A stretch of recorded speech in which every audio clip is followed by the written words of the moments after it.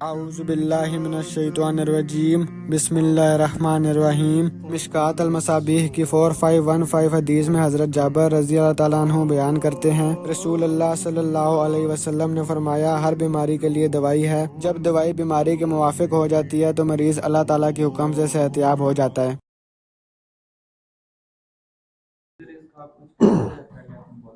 بہت بہتر ہے، وہ یہ ٹھیک ہو جائے گا۔ دیکھیں ایک بات ذہن میں رکھیں، جو بندہ جوان بندہ ہے نا، اس کو اتنا مسئلہ نہیں ہوتا ٹھیک ہونے میں۔ اگر وہ اپنی عادتیں صحیح کر لے، اپنے آپ کو سدھار لے تو کوئی مشکل نہیں ہے۔ بوڑھے بندے میں تھوڑا چانس مشکل ہوتا ہے، ٹھیک ہے، ابھی تو یہ گرو کر رہا ہے، یعنی ویسے تو 50 سال تک بندہ گرو ہی کرتا رہتا ہے، 45-50 تک۔ جو اللہ نے ہمارے جسم کا قانون بنایا نا، کہ جب ہم پیدا ہوتے ہیں چھوٹے سے ہوتے ہیں، آہستہ آہستہ ہم بڑھتے ہیں، جو ہے نا، قد بڑھتا ہے، جسم بڑھتا ہے، بڑھتے بڑھتے بڑھتے پھر 20 کے بعد طاقت میں بھی اضافہ ہونا شروع ہو جاتا ہے، وہ طاقت سٹور ہونی شروع ہو جاتی ہے، 40 45 50 تک ہم لوگ بڑھتے ہی رہتے ہیں۔ اس کے بعد پھر جو ہے نا ہم میں کمی آنی شروع ہو جاتی ہے، اللہ کا قانون ہے۔ پھر آہستہ آہستہ، یعنی جیسے طاقت بڑھی تھی، پھر وہ ویسے ہی طاقت آہستہ آہستہ کم ہونی شروع ہوتی ہے، انسان کمزور ہونا شروع ہو جاتا ہے،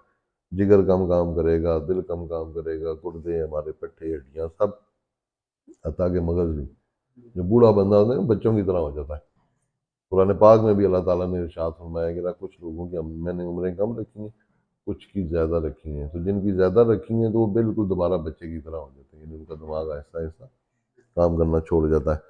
تو یہ ایسے ہی، اس میں ابھی تو گروئنگ ایج ہے، اس میں آسانی سے ٹھیک ہو جائے گا۔ صرف ٹائم ہمارے کنٹرول میں نہیں، ہم یہ نہیں کر سکتے بھائی یوں کریں بس بندہ ٹھیک ہو گیا۔ جو ایک پروسیجر ہے وہ فالو کرنا پڑتا ہے، کہ ہم لوگ بھی تو دیکھیں نا، جو ہم نے کتابیں پڑھی ہوئی ہیں سائنس کی، اس کے مطابق ہی چل سکتے ہیں، ٹھیک ہے۔ شفا اللہ تعالیٰ کی ذات نے دینی ہے،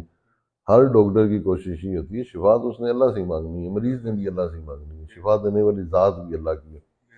ہم لوگ چونکہ وسیلہ ہوتے ہیں تو ہم نے اپنے تئیں کوشش کرنی ہوتی ہے کہ یار چلو اچھے سے اچھے طریقے سے ہم لوگ آپ کو ٹھیک کرنے کی کوشش کریں۔ اگر ڈاکٹر کی نیت ہے، اگر ڈاکٹر کی نیت ہی نہیں ہے ٹھیک کرنے کی، وہ ایک علیحدہ بات ہے، ٹھیک ہے، پھر وہ بندے پھنس جاتے ہیں، نہیں ٹھیک ہوتے۔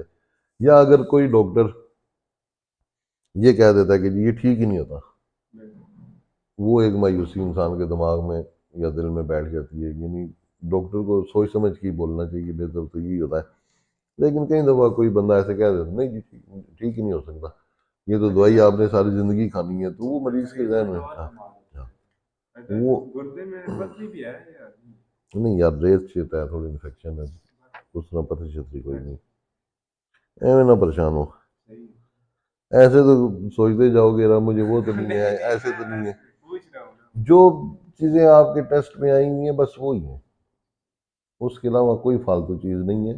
نہ ہوگی انشاءاللہ۔ اور اب تو وہ ٹھیک بھی ہونا شروع ہو گیا، تو اب امید ہے آگے ایسا مسئلہ کوئی نہیں ہوگا،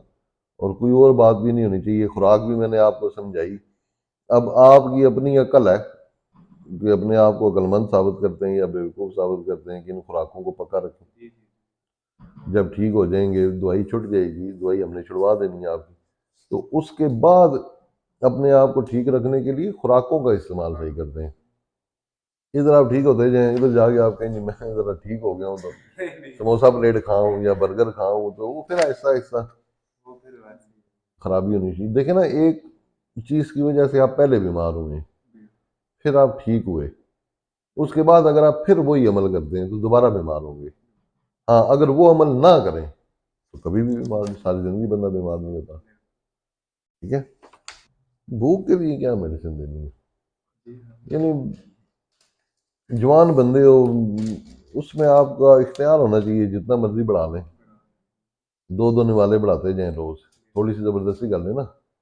روز 2 نوالے بڑھاتے جائیں تو بھوک جتنی بڑھائیں بڑھ سکتی ہے، ٹھیک ہے، جتنی کم کریں کم بھی ہو سکتی ہے، روز 2 نوالے، ایک نوالا کم کرتے جائیں، وہ کم ہوتی جائے گی۔ پہلے ہفتے میں 1 روٹی کم ہوگی، اگلے ہفتے میں 1 اور روٹی کم ہو جائے گی، بندہ 4 روٹیاں کھا رہا ہو 2 پہ آ جاتا، ایک نوالا، یعنی جسم کو پتہ ہی نہ لگے میرے ساتھ کر کے آ رہے ہیں، تھوڑی تھوڑی تھوڑی تھوڑی کمی۔ ہاں ہاں آ سکتے ہیں، یہ اتنے پرانے جو پنڈت ہوتے تھے اور ان کا تو وہ جو گیان شیان حاصل کرتے تھے تو وہ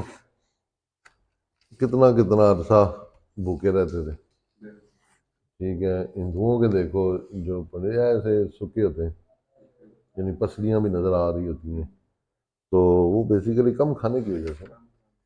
بھوکے رہنے کی وجہ۔ گاندھی بھی ایسے ہی تھا بالکل، گاندھی تو پھر دکھاتا بھی تھا نا بھائی میں ایسے ہی ہوں۔ ہوتا ہے اب اللہ عالم گاندھی اندر کھانے کیا کرتا تھا، کھانا کھاتا بھی تھا یا نہیں۔ ہندو ویسے ایک کنجوس قوم ہے، ٹھیک ہے نا، آپ نے دیکھا ہوگا ہندو بیٹھتا بھی یوں ہے سکڑ کے، نہیں وہ ایسے کھل کھلا کے، جیسے پنجابی یا پٹھان بیٹھتا ہے نا، ہندو کھل کھلا کے بیٹھ بھی نہیں سکتا، کھڑا بھی ہوگا تو تھوڑا سا یوں ہی ہوتا ہے، یوں آپ ہی ہوں گے، یوں کھڑے بھی اس پوزیشن میں ہوتے ہیں، ٹھیک ہے۔ تو وہ ہوتے ہیں سلسلے، کچھ قومیں جو ہیں وہ کنجوس ہیں، کچھ کھلے دل والی ہیں، کچھ تھوڑی بہادر قومیں ہیں، کچھ بزدل قومیں ہیں، یہ سلسلے ہیں، بس سلسلے یار جیسے بھی ہیں۔ کھانے سے پہلے ہی دوائی لے لیا کریں، یہ سب سے بہتر طریقہ ہوتا ہے وہ، کیونکہ پانی میں نے آپ کو بتایا ہوگا نا، اب آپ کی فائل نہیں ہے، اس میں لکھا ہوگا پانی کھانے کے 2.5 گھنٹے بعد۔ ہاں، پانی جب بھی پینا کوشش کریں، جب کھانا کھا لیا نا پھر 2.5 گھنٹے گزاریں،